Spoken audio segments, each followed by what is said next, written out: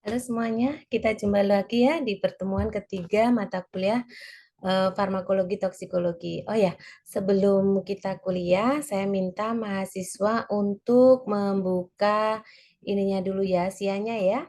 Untuk materi hari ini sudah saya unggah di SIA, silakan Anda download dan juga untuk presensinya jangan lupa ya, hari ini sudah saya buka presensi dan nanti untuk presensi akan close atau ditutup setelah kuliah selesai. Oh ya, tadi mahasiswa sudah mengerjakan kuisis ya, pretest ya, yang bisa linknya bisa dibuka di tugas. Tadi saya sudah lihat hasilnya, beberapa sudah masuk ya. Nah, di mana nilainya sepertinya tidak begitu memuaskan ya. Tapi tidak apa-apa, itu artinya bahwa di sini Anda perlu belajar ya, perlu belajar lagi dan mari kita sama-sama menyimak, sama-sama berdiskusi. Jika ada hal yang ingin ditanyakan, silakan bertanya pada saat ini ataupun nanti di grup di mana grup yang sudah kita buat ya. Silakan dibuat aktif, silakan saling bertanya dan menjawab. Oh ya, di sini biar untuk menghemat waktu, saya langsung saja ya akan share materinya. Materi ketiga sesuai dengan RPS dan kontrak kita, yaitu referensi yang saya tulis di dalam RPS. Ini juga boleh dibaca ya dari NIH atau Jurnal National Library of Medicine. Ini dari Abdurrahman Alaga. Nah, dia juga menjelaskan mengenai absorpsi ya. Ini sebenarnya beberapa sudah saya rangkum ya di dalam penjelasan materi saya. Di sini adalah isu concern-nya adalah ini mengenai absorpsi ya. Dan juga bisa dilihat yang sini juga dari Jane Kim. Ini juga dari ini ya. Ini juga mengenai anatomi dan fisiologi, yaitu mengenai rute dari pengobatan. Di sini juga dijelaskan bagaimana oral administration, bagaimana sublingual, bagaimana rektal. Nah, di sini parental route of medication juga dijelaskan. Ada intravena, intramuskular, subkutan, intraarterial di sini. Nah, dan juga rute medikasi yang lainnya.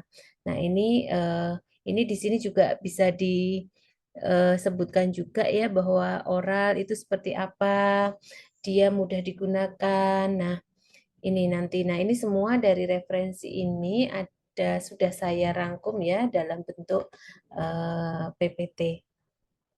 Dan juga Anda juga bisa melihat ya dari MDS manual ini juga beberapa obat atau beberapa teori tentang bagaimana obat itu diabsorpsi, kemudian pengaruhnya bagaimana terhadap pengaruh pemberian obat terhadap absorpsi. Begitu ya.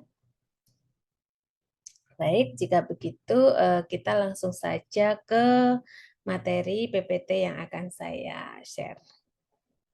Oke, sesuai dengan materi kita sebelumnya, runtut sesuai dengan RPS ya maksudnya, bahwa pertemuan yang ketiga itu yaitu pengaruh cara pemberian obat terhadap absorpsi. Kemarin kita sudah belajar ya tentang absorpsi.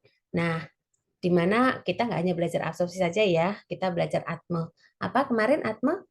Absorpsi, distribusi, metabolisme, dan ekskresi. Nah, kemudian absorpsi, kalau di sini kita fokus di absorpsi ya. Absorpsi karena dia mempengaruhi kerja obat. Nah, absorpsi merupakan apa? Kemarin masih ingat merupakan transfer obat melintasi membran. Nah, ada 3 tipe membran ya yang kita ketahui yaitu membran apa? Membran kulit, membran epitel usus, membran sel tunggal. Nah, untuk melintasi sel membran, maka obat memerlukan 2 cara, yaitu cara transfer pasif dan cara transfer khusus.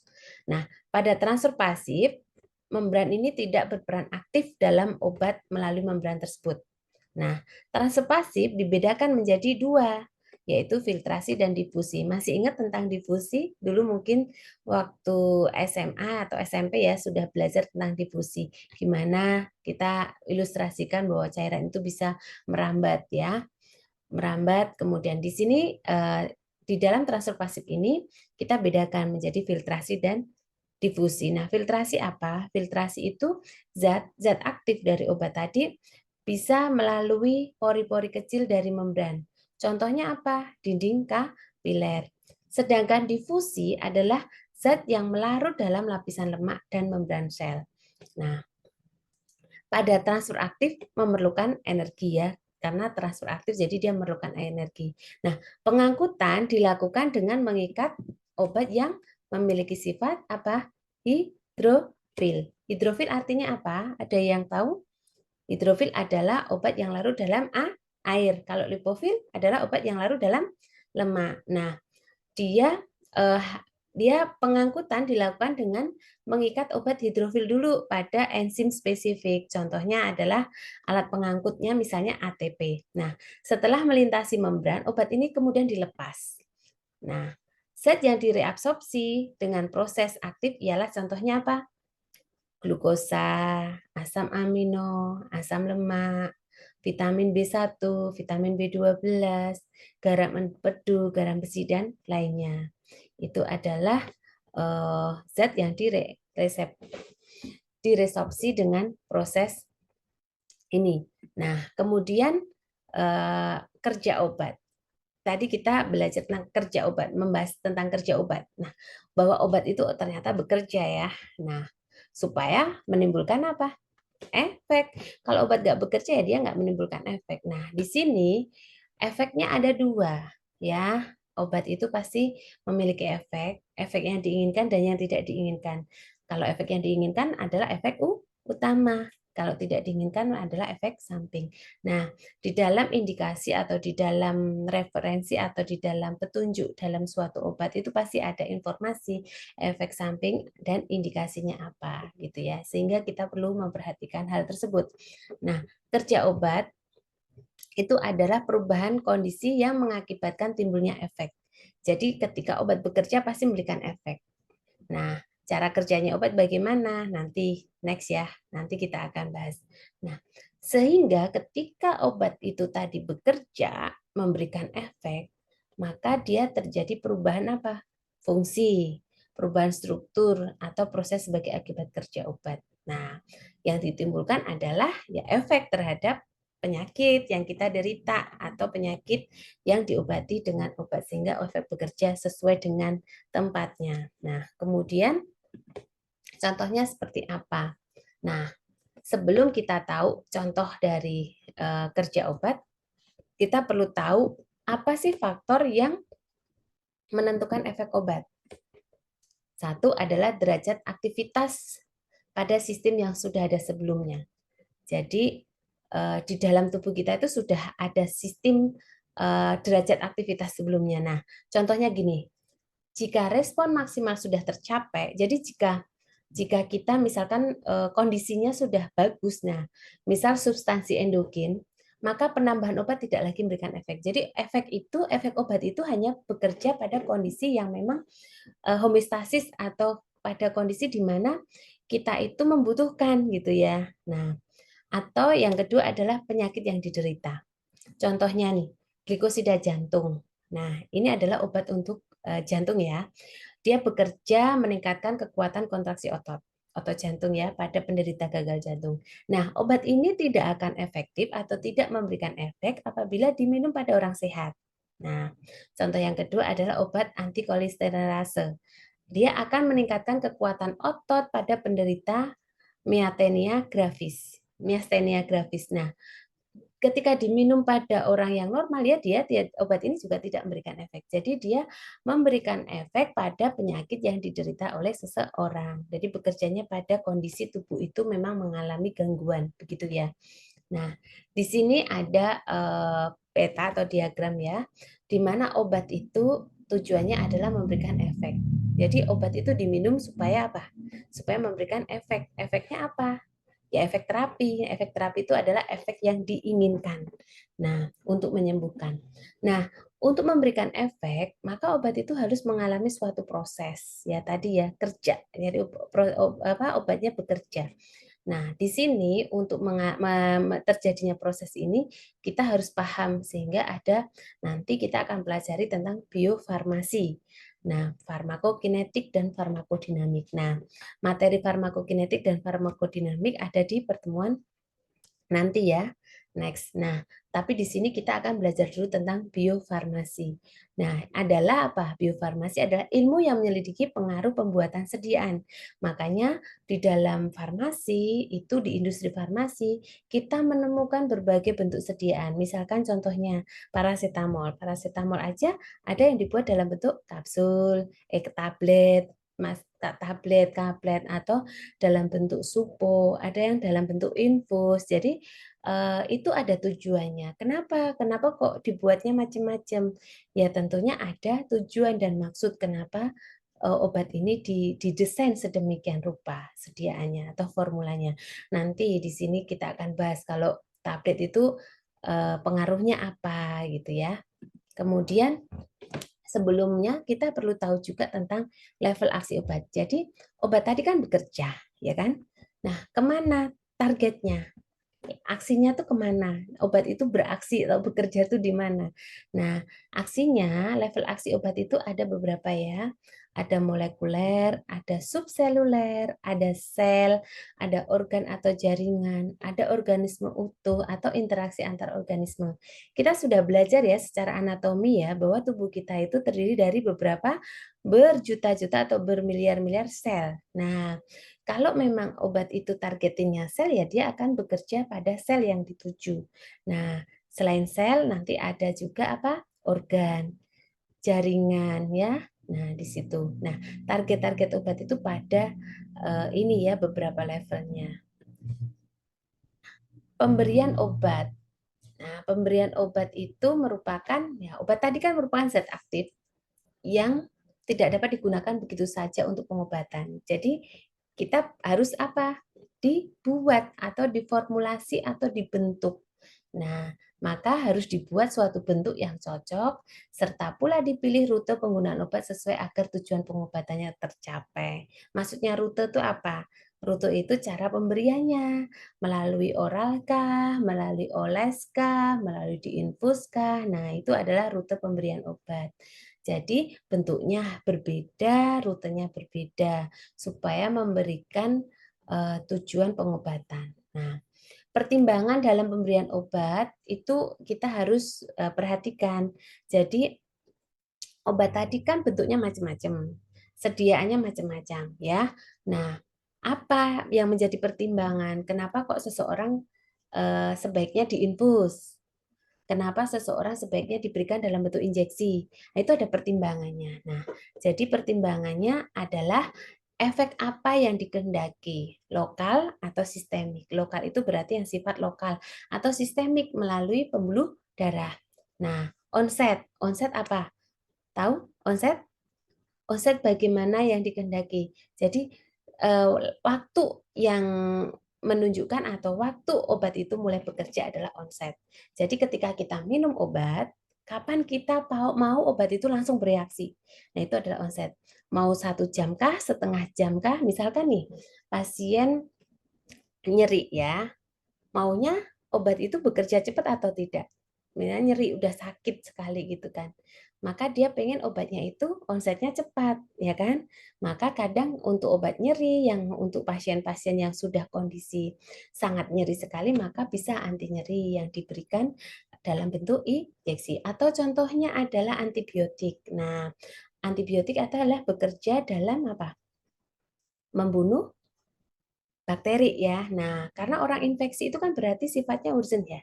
Harus segera diobati apalagi kalau kondisinya sudah sangat kritis ya. Maka dokter akan mempertimbangkan pemberian obat yang dalam bentuk injeksi supaya onsetnya cepat ya, memberikan efek yang cepat. Nah, nanti kita akan bahas onsetnya berbedakah apabila obat itu diminum dalam bentuk didesain atau dalam bentuk oral, tablet ataupun injeksi itu berbeda di onsetnya. Nah, yang kedua adalah durasi. Durasi itu lama, lama atau pendek. Ya, jadi durasi itu adalah lama atau pendeknya obat itu bekerja. Jadi kalau kita maunya misalkan nyeri nih sakit ya, kita maunya ya obatnya berefek cukup lama ya supaya kita tidak perlu minum lagi obat. Tapi ini semuanya juga didesain dengan cara yang sesuai gitu kan. Durasi obat itu ada yang pendek, ada yang lama. Makanya obat akan diminum dalam waktu yang tidak sama. Ada yang diminum 1 kali sehari. Berarti kalau 1 kali sehari berarti obat itu bekerja dalam waktu yang lama. Ada juga obat yang diminum sehari 3 kali. Jadi per 8 jam. Pagi minum, siang minum, malam minum. Sehingga dia bisa memiliki durasi yang cukup pendek gitu ya. Apakah obatnya tidak rusak dalam lambung atau usus? Nah, ini misalkan obat itu targetnya kan tidak di lambung ya. Supaya dia bisa masuk ke dalam pembuluh darah, maka obat itu harus didesain juga supaya dia tidak rusak dalam lambung, di mana kondisi asam lambung, di mana kondisi lambung kita kan asam. Gimana obat itu didesain sebaik mungkin supaya ketika masuk ke dalam lambung ataupun usus, obat itu tidak rusak. Kemudian rute yang mana yang ingin digunakan yang relatif aman. Misalnya melalui mulut, suntikan, atau melalui dubur. Nah, misalkan yang aman nih, misalkan kalau orang sakit koma, kan tidak mungkin diberikan dalam bentuk oral ya, diberikan melalui mulut kan tidak. Jadi dia harus amannya ya disuntik gitu ya, atau melalui dubur. Nah, kemudian melalui jalan yang mana yang menyenangkan bagi dokter dan pasien. Jadi tahap pertimbangan kita memberikan obat itu juga bukan suatu paksaan ya. Jadi kita juga perlu menanyakan ke pasien nyamannya di mana, sukanya di mana. Karena walaupun oral ya, walaupun dalam bentuk sirup ataupun bentuk yang diminum ya, kadang ada loh ya orang yang tidak bisa minum dalam bentuk tablet. Jadi harus digerus gitu kan. Nah, padahal obat yang digerus itu bolehkah semua obat itu bisa digerus walaupun bentuknya tablet? Belum tentu ya. Jadi kita makanya harus memilih-milihkan obat itu sesuai dengan kenyamanan pasien. Kalau dia tidak bisa minum dalam bentuk kaplet atau tablet, sehingga ya kita berikan dalam bentuk cair, misalkan sirup begitu. Karena obat yang dalam bentuk tablet tadi ada beberapa yang memang tidak boleh digerus ya. Misalnya selaput enterik itu kan tidak boleh digerus. Ya, salut selaput, misalkan salut selaput gula. Nah, kalau digerus malah pahit gitu kan. Jadi tadi nanti ditanyakan pasiennya bisa minum dalam bentuk apa gitu ya. Lah, obat yang mana yang harganya relatif murah. Nah, ini juga kadang kita lupa ya sebagai farmasis atau sebagai apoteker kita lupa bahwa pasien itu kondisi ekonominya juga semua berbeda ya satu sama lain sehingga kita bisa memilihkan obat yang relatif aman atau relatif terjangkau bagi pasien. Karena apa? Ketika obat itu harus mahal, sedangkan penggunaan obatnya harus lama, nanti takutnya akan terjadi putus obat. Sehingga kalau terjadi putus obat, maka target capaian terapis tidak tercapai. Itu juga yang harus diperhatikan. Nah, tadi adalah bagaimana Kak kita memilihkan obat. Nah, rutenya apa aja? Rute itu ada cara pemberian ya, ada oral, ada suntikan, ada inhalasi, ada selaput lendir. Kalau oral itu biasanya ya, kalau oral namanya berarti masuk mulut, kemudian tenggorokan, kemudian perut. Jadi melalui sistem pencernaan ya. Kemudian suntikan, yaitu dengan menggunakan jarum ya, beberapa jaringan badan. Kemudian inhalasi, tahu ya dalam bentuk inhalasi yaitu dihisap ya, yang melalui hidung ya, contohnya kayak obat-obat asma gitu ya. Atau selaput lendir yaitu bisa melalui vagina yaitu supo misalkan mata, tetes mata, telinga atau dubur itu adalah yang melalui selaput lendir. Nah, sekarang kita belajar dulu cara atau rute pemberian obat secara peroral. Nah, oral. Kenapa obat itu diberikan dalam bentuk atau didesain secara oral? Tujuannya apa? Ya tujuannya untuk mendapatkan efek sistemik ya. Efek sistemik itu berarti efek yang bisa masuk ke beredar melalui pembuluh darah. Tetapi dia prosesnya cukup panjang ya karena dia harus melalui sistem pencernaan dulu ya, harus melalui lambung dan usus. Nah, namun karena cukup panjang, tapi dia memiliki keuntungan. Keuntungannya apa? Dia pasti murah ya. Obat injeksi sama obat yang diminum secara oral itu pasti lebih murah yang oral. Murah ya, karena desainnya kan tidak perlu steril ya. Pembuatannya tidak sesulit pembuatan yang parenteral atau bentuk-bentuk injeksi. Yang kedua adalah aman ya. Tapi ada kerugian.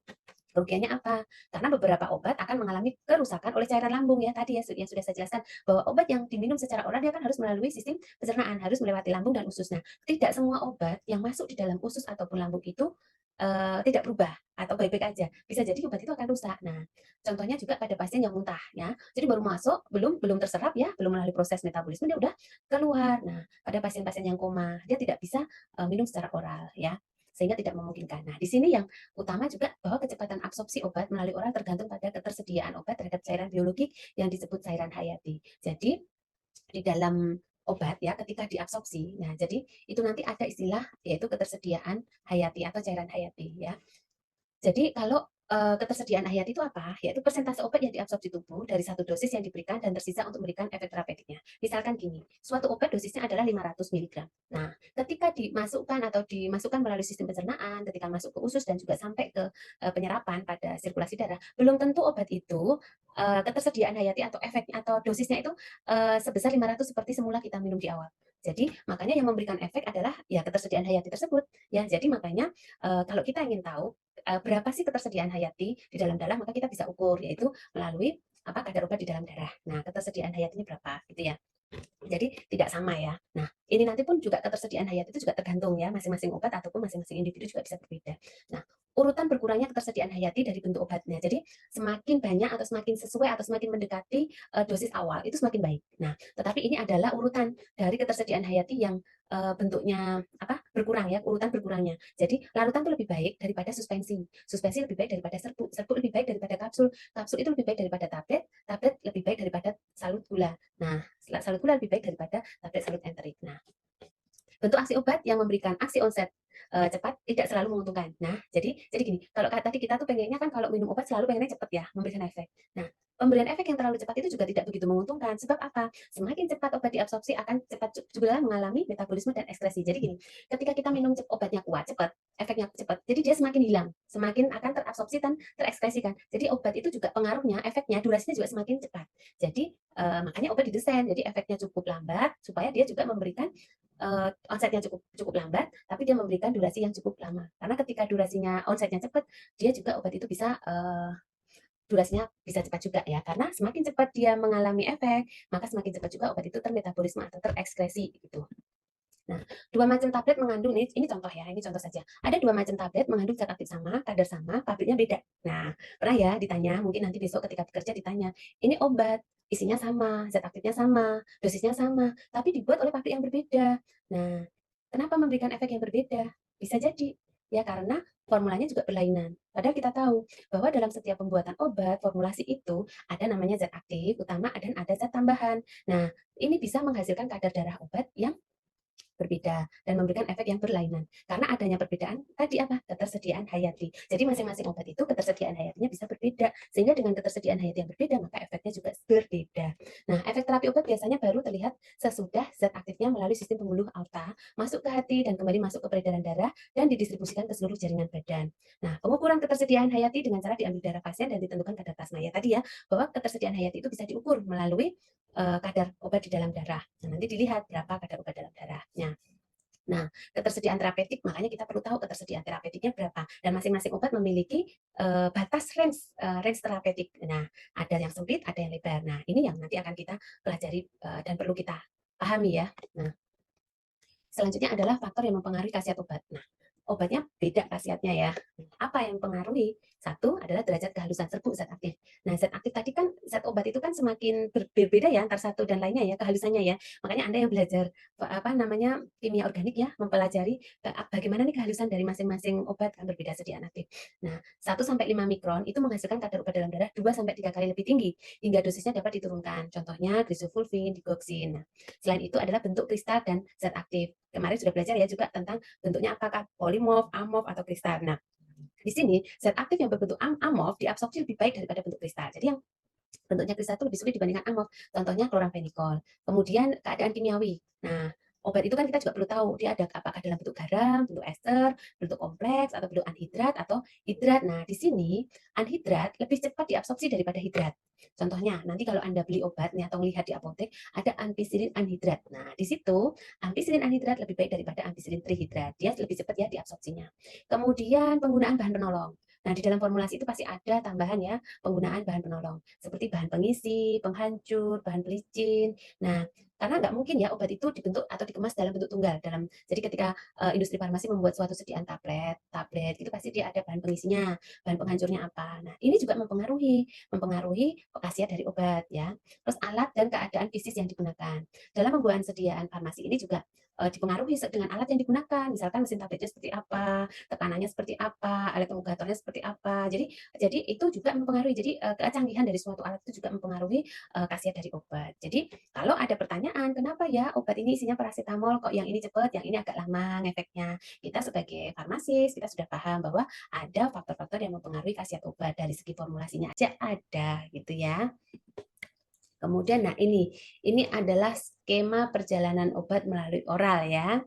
Nah, obat kan masuk ke lambung, kemudian dari lambung masuk ke usus.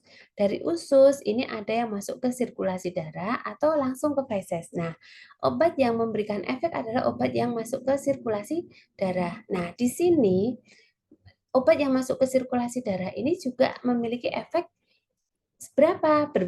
Berbeda juga ya dari efek yang sebelumnya. Tergantung dia dalam bentuk ikatan protein plasma atau dalam bentuk bebas. Nah, saya pernah menjelaskan ya, bahwa obat yang memiliki efek itu adalah obat yang dalam bentuk bebas. Nah, obat yang berikatan dengan protein plasma itu tidak dapat memberikan efek. Jadi semakin besar obat yang bebas, maka semakin besar efek yang ditimbulkan. Nah, sehingga nanti pengaruhnya nanti ketika kita belajar di farmakokinetik, kita akan menghitung berapa ikatan protein plasmanya sehingga kita mengetahui obat bebasnya berapa.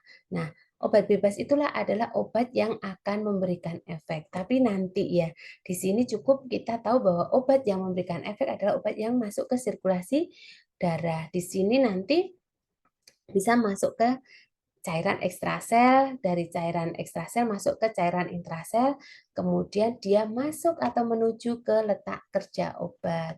Ada yang berikatan dengan reseptor tubuh, ada yang masuk ke ginjal melalui glomerulofiltrasi dan juga diekskresi melalui urin.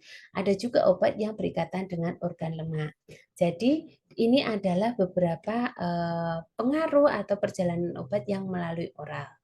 Ya, jadi nanti kalau kita di awal minumnya dosisnya 500 belum tentu ya ketersediaan hayatinya 500. Nah, karena dipengaruhi oleh tadi adanya ikatan protein plasma berapa ataukah obat tadi sudah hancur pada proses lambung atau usus gitu ya. Itu. Kemudian ini adalah bentuk-bentuk obat ya. Ada dalam bentuk obat padat, ada dalam bentuk obat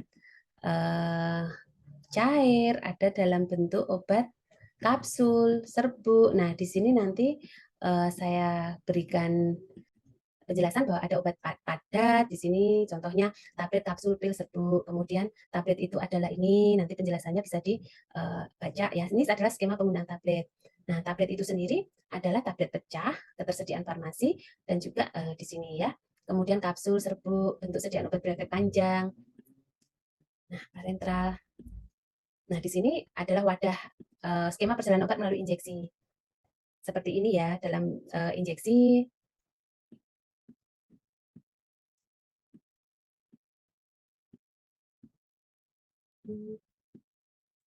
Nah, oke. Sedangkan ini adalah penggunaan obat secara obat pada kulit, topikal. Nah, di sini penggunaan obat secara topikal, yaitu melalui kulit. Baik, sekian kuliah kita hari ini. Selanjutnya, semua mahasiswa bisa membuka link tugas yang ada di SIA. Kuisis sudah bisa dikerjakan, dan itu adalah post-test ya. Tolong kerjakan dengan baik. Nanti jawabannya atau nilainya akan digunakan sebagai penilaian, sebagai tugas ya. Jadi, silahkan mengerjakan. Nah, baik, sekian kuliah dari pertemuan ketiga. Jika masih ada hal yang ingin ditanyakan, nanti Anda semua bisa menanyakan dalam grup ya, atau nanti di kelas kita masih ada diskusi secara tatap muka begitu. Sekian kuliah dari kita. kuliah kita hari ini ya. Kita berjumpa lagi di pertemuan keempat. Selamat belajar, tetap semangat ya semuanya dan sehat selalu ya. Jaga kesehatan ya supaya kuliahnya bisa berjalan baik. Oke, sekian dari saya. Kita akhiri kuliahnya. Sampai jumpa kembali.